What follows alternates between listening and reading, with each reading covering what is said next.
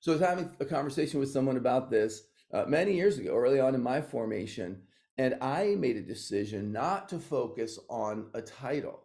I serve people out of relationship, and in that relationship, I perform a function, and that function is what my title says. And Paul said, "I'm not an apostle to everyone, but I am one to you," which means that titles are not just functional, they're relational and they're conditional.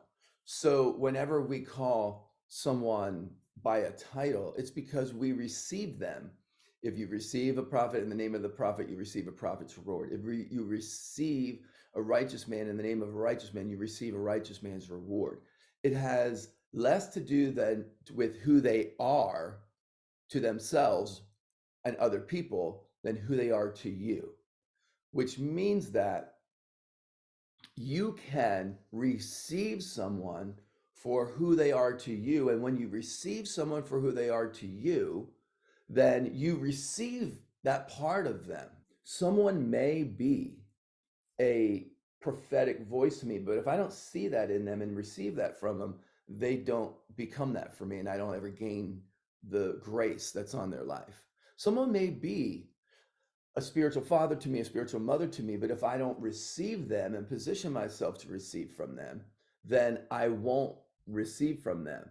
So so moving away from titles and looking more to relationship is the way that we are going to, number one, we're going to be able to receive from people who they are and what God's put inside of them for us. Number two, overcome the disappointment that we feel in people. And disappointment comes whenever there are expectations that are not fulfilled, and there's not care taken to discover how that person can fulfill that. That's one way disappointment comes. But another way disappointment comes is there are expectations that are created on that person that shouldn't be on them, that they can't be that for you. If you expect me to be what only God can be for you, I'm going to disappoint you. But I wanted to dig into this idea of titles, function, and relationship, because understanding the love of the Father, Jesus didn't just come to give God a title.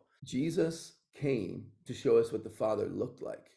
It wasn't until the end of his life that he could say, "If you've seen me, you've seen the Father." And he was the express visible image of the invisible God. He was, but people weren't ready to know that the Father and him were one. So he didn't say that at the beginning of his life. He said it at the end, not because he wasn't that, but because they weren't ready to see him the way that he really was. And people aren't ready to see you, and perhaps people haven't seen you. They haven't seen exactly who you are.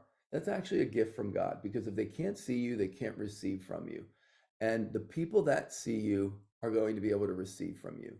Don't try to be something for people they're not ready to receive. Jesus didn't do it, and neither should you.